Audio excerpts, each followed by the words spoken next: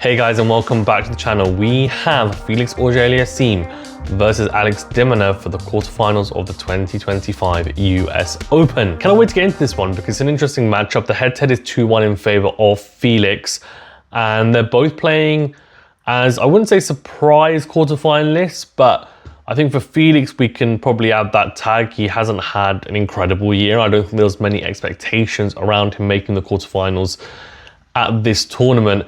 For de Minaur, I think after Wimbledon, his run of form has been really poor. So I think a lot of people would have picked against him making the quarterfinals as well. But his ranking and seeding would tell you that he should make the quarterfinals, as he's ranked and seeded number 8 in the world, which means a quarterfinal result is normally expected. Before we do get into talking about the head-to-head in a bit more detail, the route to the quarterfinal stage, I've also got some tennis insights, so shout out to TennisViz and Tennis Insights for that. And going through the match from a tactical standpoint, please do remember to hit that like button, do subscribe if you're new, and do leave a rating or review if you're listening on a podcast platform. Shout out to our members as well. And also, more importantly, leave your predictions below of who you think is going to win and in how many sets. So, let's very briefly talk about the head-to-head. So as I mentioned, it's 2-1 in favor of Felix, and they're a similar age. Felix is 25, de Minaur 26. So you would have expected them to have played a bit more potentially, but that isn't the case.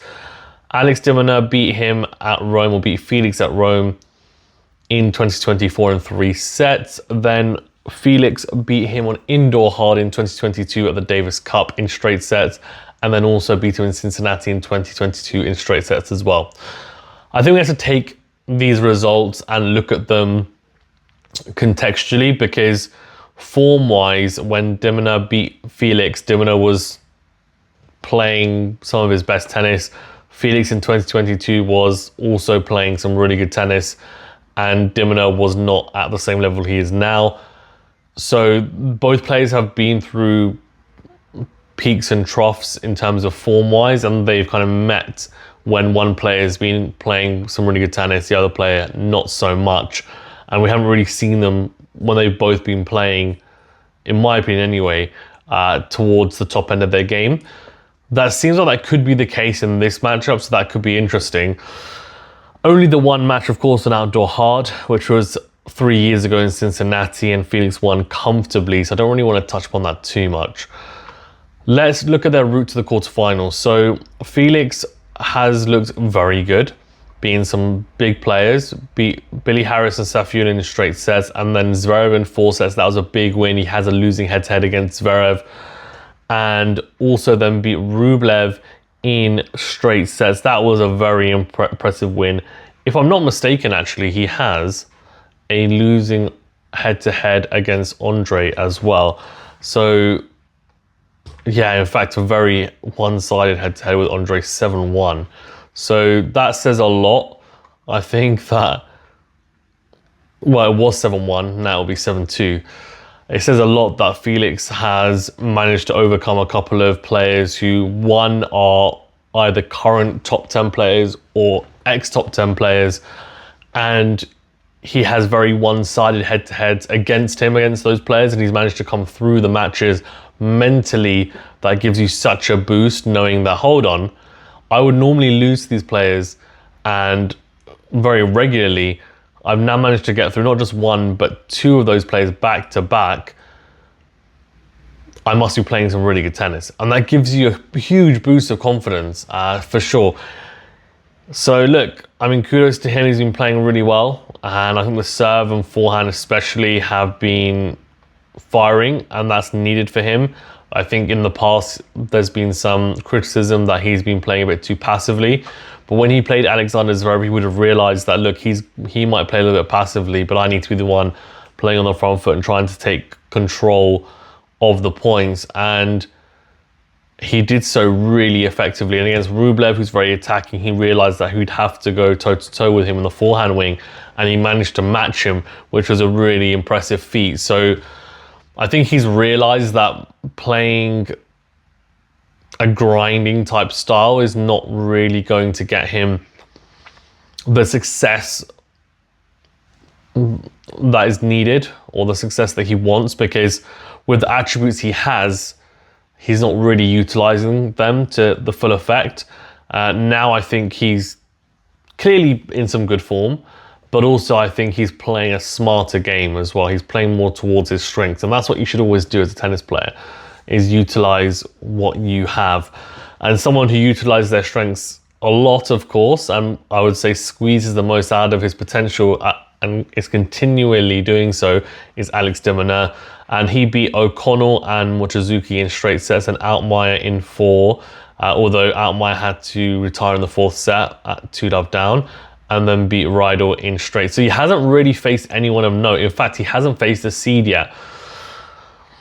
So it's difficult to know really how well he's playing. He's playing pretty well because obviously he's made the quarterfinal stage, and all those guys that he came up against deserve to be there. But to be honest, none of these players are seeded, so they weren't expected to make it this far, and de Minaur has come through them as he should.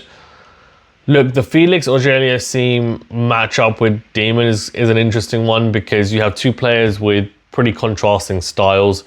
I think if we're looking at the matchup, Felix has been serving 10 plus aces in the majority of matches. In fact, in all of his matches, that has to continue, I think, against Demon, who's a very good returner.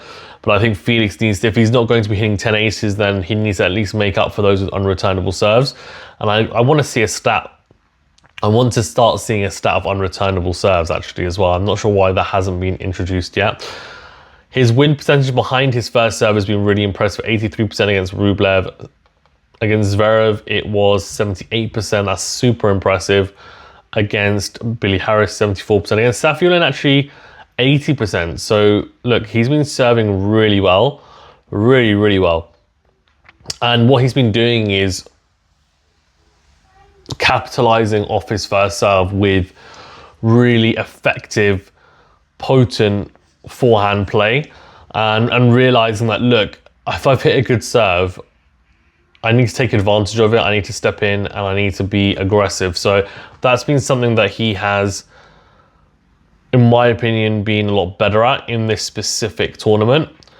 For de Minaur, he's one of the best returners on tour. There's no doubt about that. And actually, he's been hitting a fair few aces himself, which has been pretty impressive. I'm just looking at his stats, and he hit 10 aces against O'Connell, 6 against Mochizuki, 11 against Altmaier, and 9 against Rydell. I mean, his first serve points 1 percentage is not going to be as big. He doesn't hit as big, but some impressive stats: 81% against O'Connell, 69% against Mochizuki, Altmaier 76%, Rydell 73%. So that tells me that.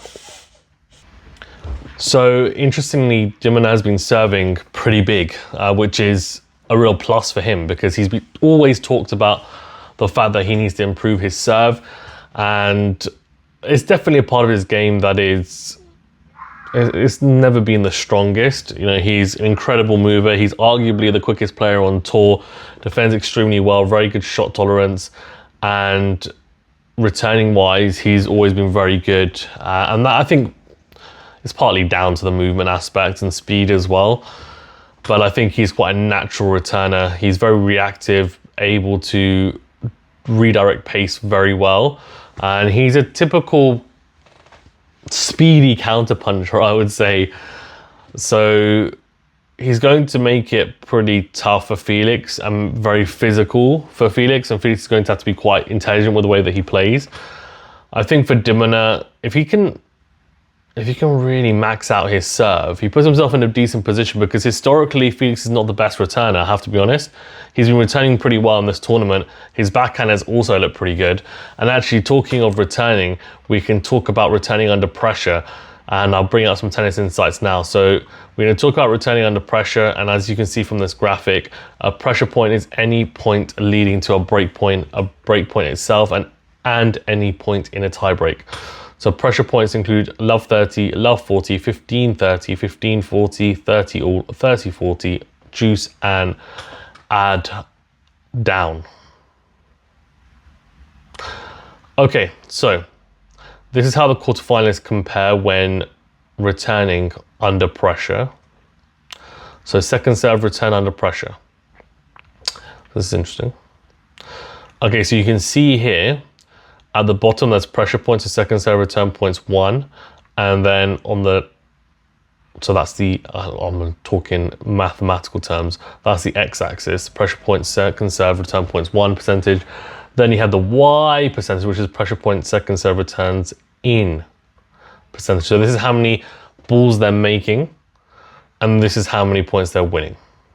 So interestingly, Sinner is making less second serve returns in, and it looks like around 72, 73% of second serve returns in, but he's actually winning the highest percentage of those pressure points at what looks like 63%, which is incredibly impressive. But let's focus on the two players in question, so de Minaur and Felix Auger Aliassime. So de Minaur is making 85% of those second serve returns. That's incredible. But and winning 53% of those points. Felix is making 75% of those points in, but only winning just past, I'd say around 48%. So de Minaur clearly has the edge there, as you would have expected. And then interestingly, this is first serve return under pressure. So again, this is the ATP 52-week averages. And you can see here, de Minaur is at a 34% of first serve return points 1. And that's off making 67% of those returns, which is really impressive. Felix is only making 61% of returns in and only winning 29% of those pressure points off the first serve return. Doesn't make great reading for Felix, and I think if de Minaur is able to really, I think he's going to have to max out his serve, and if he can, then it puts him in a pretty decent position, because we know returning wise, he's going to give himself chances. Prediction wise, I think Felix is playing in a really good rhythm, and confidence wise, I think it's through the roof right now. He's probably playing some of the best tennis he's ever played. Because of that and because of who de Minaur's played so far, and I don't think necessarily de Minaur's playing as well as his 52-week averages are showing, if I'm being honest, currently in this tournament, I'm going to pick Felix in 4 sets. Let me know in the comment section below what you think and why. Thanks very much, guys. Stay safe and well, and we'll see you in the next video.